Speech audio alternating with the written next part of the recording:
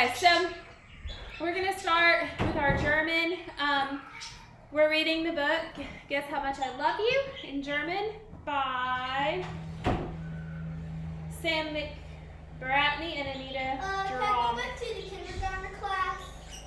Okay, so this book, for those of you who have never read it in English, it is about a big bunny and a little bunny, and they are talking about who loves who more.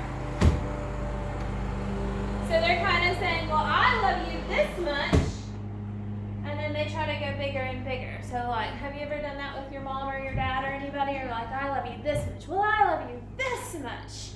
Yeah. Okay. I really want to see myself on the projector. So we're going to read it, and then we're going to talk about a few of the German words. Then we're going to talk about a few of the German words that are in our story, okay? So in English, it is guess how much I love you. In German, it's weißt du eigentlich, wie lieb ich dich habe?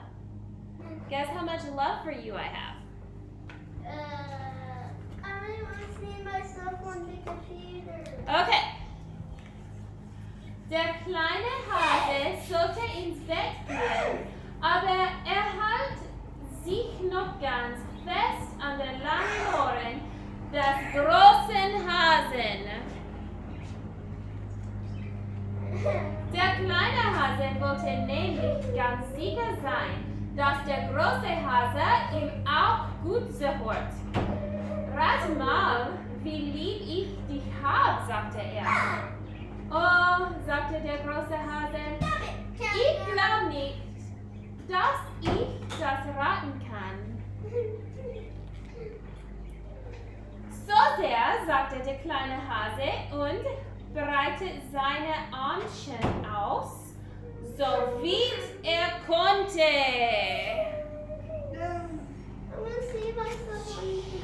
Der große Hase hatte viel längere Arme, aber ich hab dich so sehr lieb, sagte er. Das ist viel, dachte der kleine Hase. Ich hab dich lieb, so hoch ich reichen kann, sagte der kleine Hase. Ich hab dich lieb, so hoch ich reichen kann, sagte der große Hase. Das ist ziemlich hoch, dachte der kleine Hase, wenn ich mir auch so lange Arme hatte. GroupTime out, Elliot. So what's happening? They're loving. The baby bunny says, I love you this much. And the big bunny says, I love you this much. But guess what? The big bunny has bigger arms. And the baby bunny says, that is a lot. Well, I love you as high as I can reach. And the big bunny says, well, I love you as high as I can reach. And guess what? The big bunny can reach higher. And the baby bunny says, that's a lot. Am I an idiot?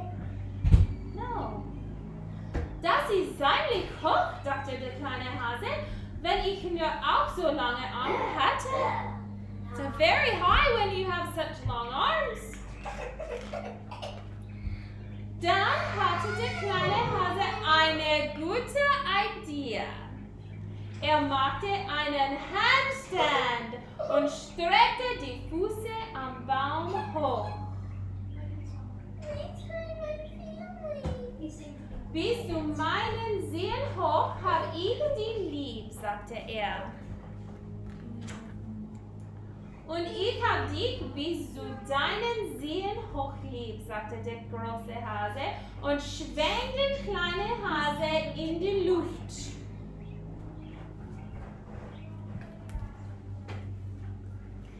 Ich hab dich so hoch, wie ich hüpfen kann, lieb, sagte der kleine Hase lachend und hüpfte auf und ab. He says, I love you as high as I can hop. And he started hopping back and forth. Aber ich hab dich lieb, so hoch, wie ich hüpfen kann, sagte der große Hase lachend und hüpfte so hoch, dass seine Ohren die Zwinger berührten. He hopped so high, his ears touched the tree. Tolle Hüpferung, dachte der kleine Hase, wenn ich nur auch so hüpfen konnte. Ich hab dich den ganzen Weg bis zum Fluss runter lieb, sagte der kleine Hase. I love you all the way to the river. Ich hab dich bis zum Fluss und über die Berge lieb, sagte der große Hase. I love you to the river and over the mountain. Oh, das ist sehr weit, dachte der kleine Hase. Er war schon so müde, dass er sich gar nichts mehr ausdenken konnte. He was so sleepy he couldn't think anymore. Dann schaute er über die Büsche und Bäume hinaus in die große dunkle Nacht. Es konnte ja wohl nichts weiter Weg geben als den Himmel. Ich hab dich lieb bis zum Mond, sagte der kleine Hase und machte die Augen zu. Oh, das ist weit, sagte der große Hase. Das ist sehr, sehr weit. Der große Hase legte die kleinen Hasen in sein Blätterbett, beugte sich über ihn und gab ihm einen guten Nachtkuss. Can we all eat together on the picnic rug? Dann küsste sich der große Hase an der kleinen Hasen und flüsterte lachend. Bis zum Mond und weiter zurück haben wir uns lieb. To the moon and back we have love.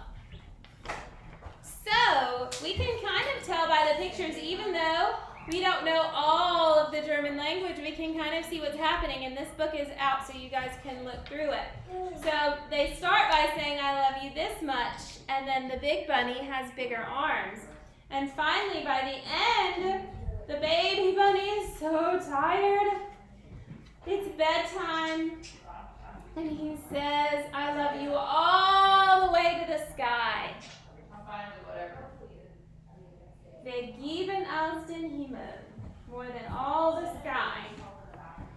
And then they say, I love you to the moon, bis zum Mond. And then she tucks in the baby and he's asleep in his garden bed. And she gives him a gute Nacht kiss. Gute Nacht kuss. Good night kiss. And then he goes to sleep. And bis zum Mond und zurück. Is he like an actual doll, like a guy's doll? Okay. So a couple words that I think you guys might either already know or be able to figure out what they mean. Let's see.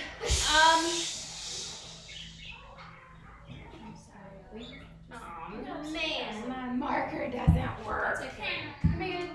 Okay, no marker. Mark pencil? No, from a whiteboard. Mark might be. Well, you could just We're get a doing things paper and differently now. pencil. I know, but she said mark. My marker. Mark. Okay.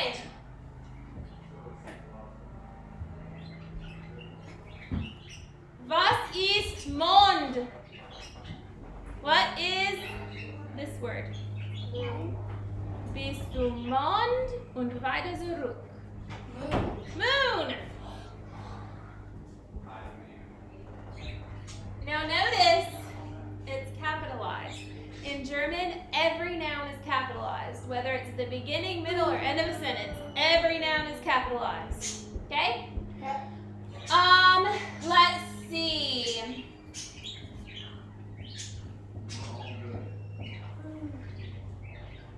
Der kleine Hase und der große Hase. House. Was ist der Hase? House. What what were our characters in our story? Bunny. Bunnies. Little bunny, little bunny. Okay, let's see. Let me make sure I'm spelling correctly. My German spelling is not so good. Nicht so good. No, just that. I think I know one German word. Snoozle. Isn't it a cat's weapon? Not a weapon. Tool. The snoozle in German is it a wrench? Große. Rat.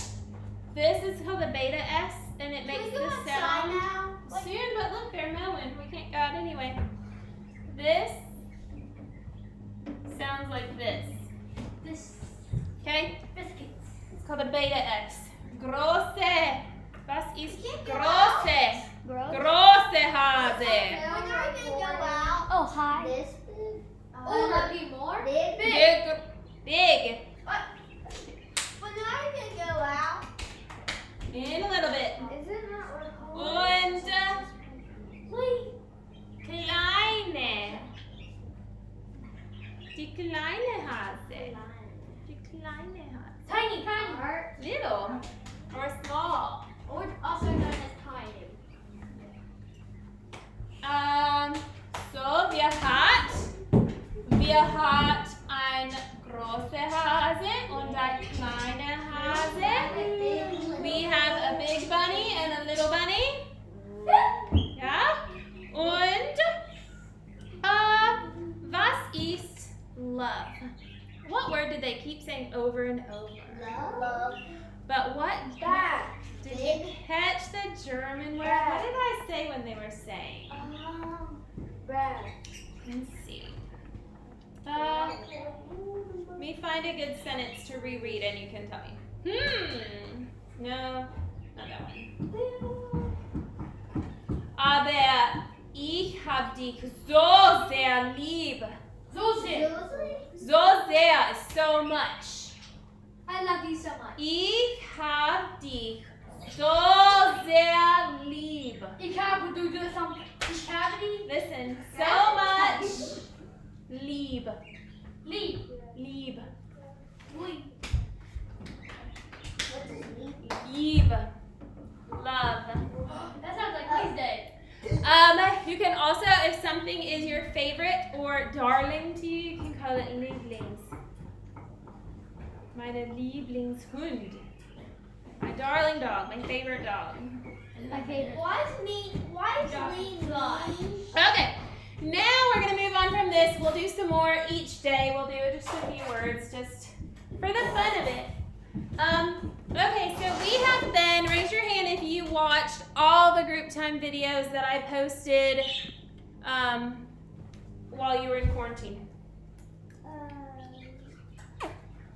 I know. Sort of parts. Watch I was like, I watched all the ones that were under 30 minutes. Who watched them on the YouTube channel? I'm not allowed to on YouTube. I only watched Okay. So most of you know, so I know upper elementary and lower elementary were kind of in different spots. So what I'm going to do today is a recap to get us all on the same page. That way if you missed some videos or if you were doing Mr. Mark's videos, we'll all be together on the same page so we can move on, okay? So we all talked about World War I. Does everybody feel confident with World War I? What happened? Who remembers? Okay, let's recap for Elijah, because Elijah wasn't here. Elijah might not know anything about World War I. Elijah, do you know anything about World War I? No? Okay. So, remember, World War I. Who remembers who the Central Powers were in World War I? Russia? Wait, no. I mean, Hungary? Austria-Hungary, which was one big country at the time, and New Zealand? Deutschland. Japan. Germany. That's World War II. We're not there yet. This is World War I. Austria-Hungary, which is one country at the time, and Germany. And what were they kind of fighting over? Land. Land. Who remembers what peninsula it was specifically? Peninsula. That is called the powder keg of Europe. The powder keg. If you light the powder keg on fire, it goes boom and it explodes, right?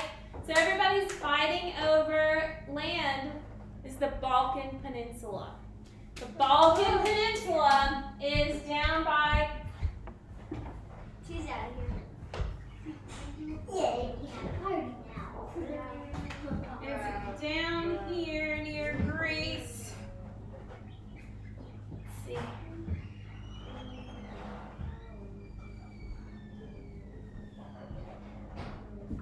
Well, this is an updated one, so but it's over here. Okay? These were a bunch of little countries, and at the time they kind of belonged to themselves. Well, Austria-Hungary said, I want you to belong to me. I want to take you over. Do you think they liked that very much? No. And so,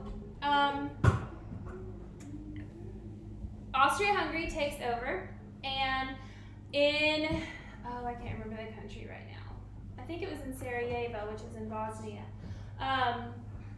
Syria? No, Serbia. It's now in Croatia. No, Bosnia. Sarajevo is the capital. Anyway, I believe that's where they were when this happened. So, Franz Ferdinand was the Archduke of Austria-Hungary. So he's a bigwig, right? He goes down to visit because they're taking over this land. Well, guess what?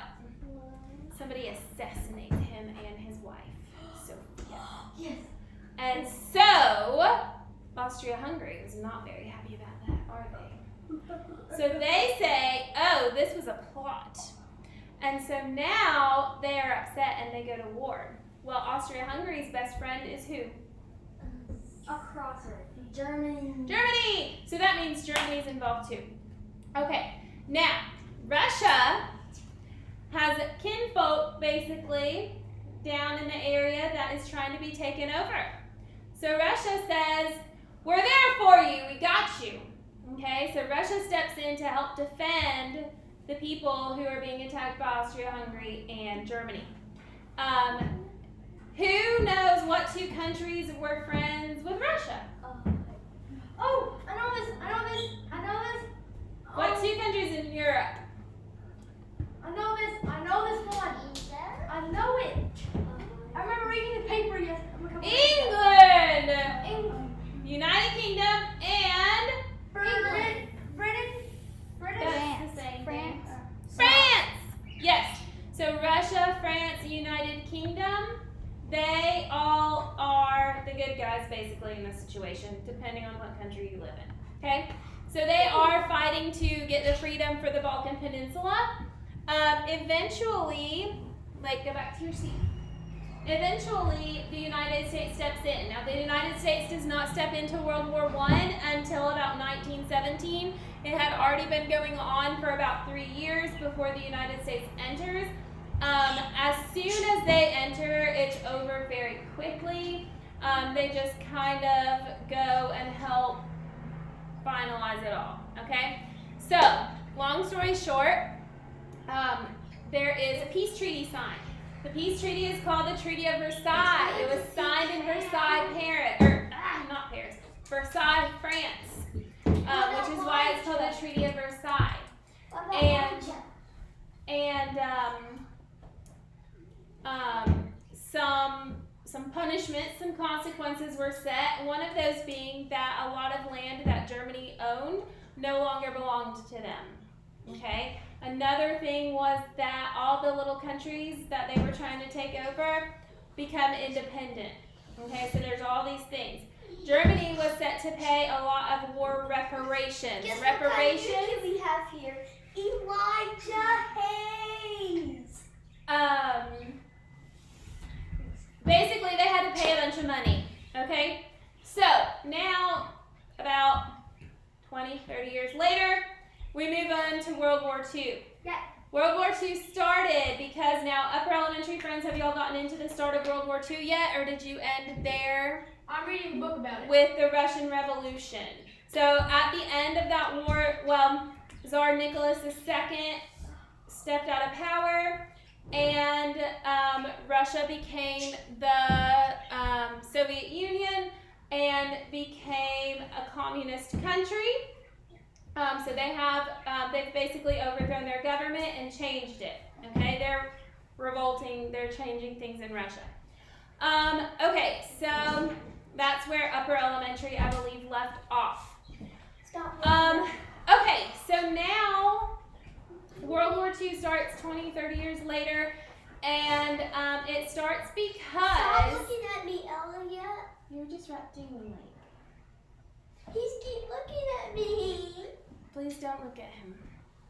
Okay, so Germany is very upset because they felt like their consequences in the Treaty of Versailles were not fair. Basically, all of World War I ended up being, the blame ended up landing on Germany, which is not accurate, and they didn't feel like it was fair, so they got really bitter. So think about it. If you were mad about something for 20 to 30 years, you're going to just get madder and madder and madder, right? So just end it right then. And so somebody came into power. He was in the military in World War I. His name was Adolf Hitler. Raise your hand if you've heard that name before. Adolf Hitler. Adolf Hitler was a military guy, and his superiors basically encouraged him to take over leading the Nazi Party, which was a political party at the time. And he gains and gains influence. They kind of overthrow the government, and he basically takes over as a dictator. Now he felt like there was one master race, and that everybody else was not worthy. Okay, so just remember that, because we're going to talk more about that on Wednesday. And he also wanted to create a German empire that would last longer than 1,000 years. So his plan was to basically take over all of Europe. He wanted more space for his Aryan race of wonderfulness to have good living space. He called it living space and Lebensschaft. I can't remember the word. Lebensschaft, maybe. I'll look. Anyway, and so his main goal, he wanted Russia. He wanted to take over Russia. And he had a friend on board. The leader of Italy at the time was also a dictator named Benito Mussolini. And Benito Mussolini wanted to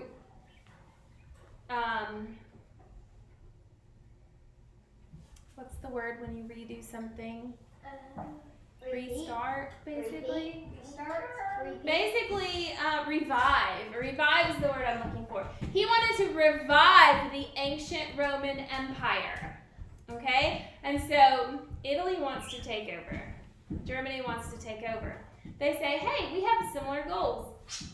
Let's make a truce. Let's work together. Okay? Japan has similar goals too. They want to create a massive Japanese empire. And so Japan joins the trio. So now we have our three central powers: Italy, Germany, Japan. Okay? That is our axis. We call it the axis. Our allies. Who are the allies in World War II? The good guys. France. U.S. Russia. U.S. Eventually. The United Kingdom. Okay? So what Germany does is start pushing their boundaries. They start taking over countries. And they start spreading their influence. And all the countries have been in this depression. We talked about the Great Depression. That was happening in the United States. It happened in Europe too. France suffered. Great Britain suffered. Everyone suffered. And so at the time, France and Great Britain are kind of like, we don't have time to deal with your nonsense right now. We're just going to kind of sweep it under the rug for a little bit. Eventually, they couldn't turn a blind eye anymore. Germany invades France and basically takes it under control. They also bombed London.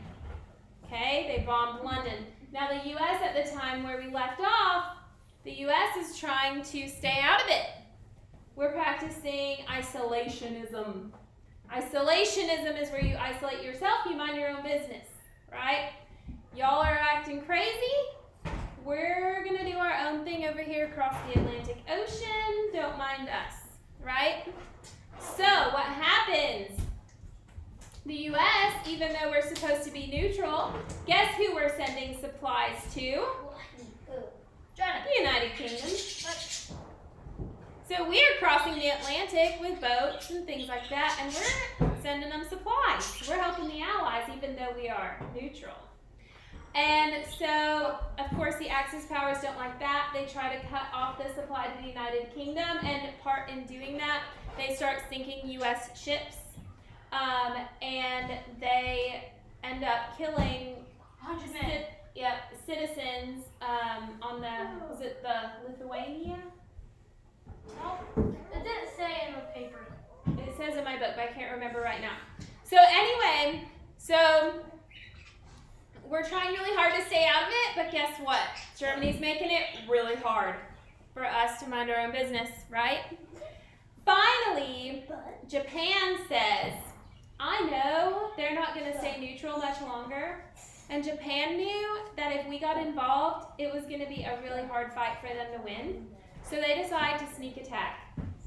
They go to attack Hawaii. I think I'll be sharing time. Nope, we're not having sharing anymore until summer. So they sneak attack Pearl Harbor. Can I share the picture of myself? Hang on. Pearl Harbor in Hawaii was one of the United States' largest, most important Pacific-based naval bases.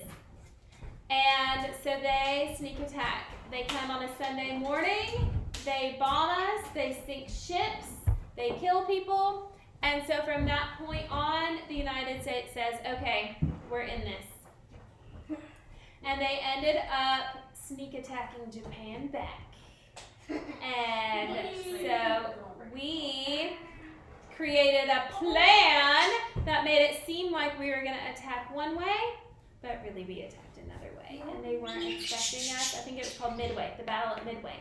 And we surprise attacked Japan and gained the upper hand there. So that is where we left off. The United States is now in it to win it. And, did we storm the beaches at Normandy already? I think so. Wait, Miss Megan. We'll recap that later because we need to get outside. I think they're done mowing our front lawn. Yes, Miss Megan. Miss Megan, I'm going to share my picture. Miss Megan, do you know who is in